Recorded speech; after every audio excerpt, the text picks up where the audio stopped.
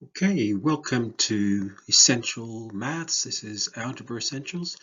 We're going to have a look at the first topic called the language of algebra. So I'll go through a bit of details. In this short lesson, you will be using some of the algebraic rules of notation. Hopefully these are clear and precise rules, and you can learn to abide by them and understand, hopefully, why they are correct. And on the way, we can maybe sort out any misconceptions that you might have picked up along your educational journey. Language we'll be looking at, for example, 3 times n really means 3n. Remember that multiplication is always between your number and your letter. And then 3n squared really means 3n multiplied by 3n, which gives you 9n squares. Remember, you go 3 times 3, and then n times n, and that'll give you 9 squared.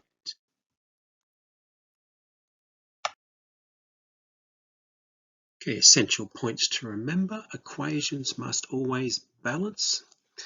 That is, that one side of the equation must equal what's on the other side. That's what the equal sign means in an equation. You must always write clearly your operation that is taking place on each line so that we understand what you are trying to do. Okay, Algebra, the essentials. Here is an example that we can have a look at. Make B the subject of this equation, 3b plus a equals c. The first step we want to do when we want to make B the subject here, I'm just going to bring out my pen and put it in blue. We want to minus a on both sides. So I've written a little comment here, minus a on both sides. So because we've got the equal sign here, we've got to put minus a on the left-hand side and right-hand side. So the a's cancel on the left-hand side. We're left with the equation 3b equals c minus a. Now the original question said make b the subject. So how do we get rid of the 3 times b in front of it? We divide both sides by 3. And the answer that we get once the 3's cancel on that one and that one is b equals c minus a divided by 3.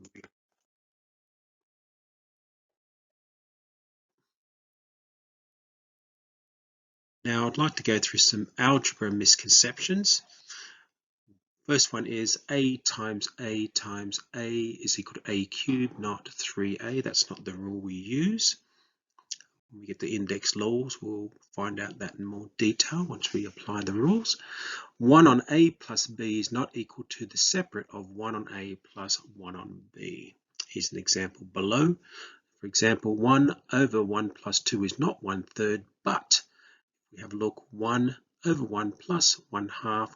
We change it to our common denominator rules, and it's actually 3 on 2. But that's the laws and rules we have to follow in maths. The next one, remember a squared is a times a according to index laws and rules, not 2a, as some people may think. The last one here is another misconception. A plus b all squared is a plus b multiplied by a plus b. And using your FOIL method, you get this answer here. Remember, you go a by a by b, and then we go b by a, and then b by b, and then you get a squared plus 2ab plus b squared, not a squared plus b squared, as some people may think. Now we're going to go on to squares, cubes, square roots, and cube roots, and let's see if we know what these mean.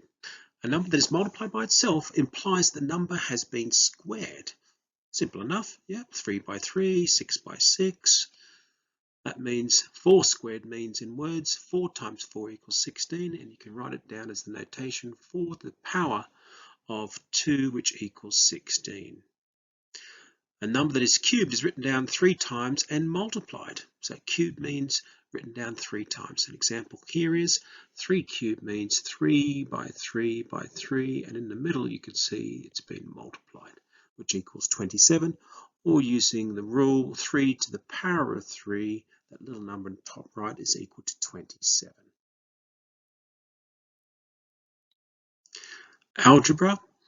the essentials continued. The reverse process sometimes needed to answer the questions. For example, what number squared gives 36? So if you know that 6 squared equals 36, we know that the answer is 6.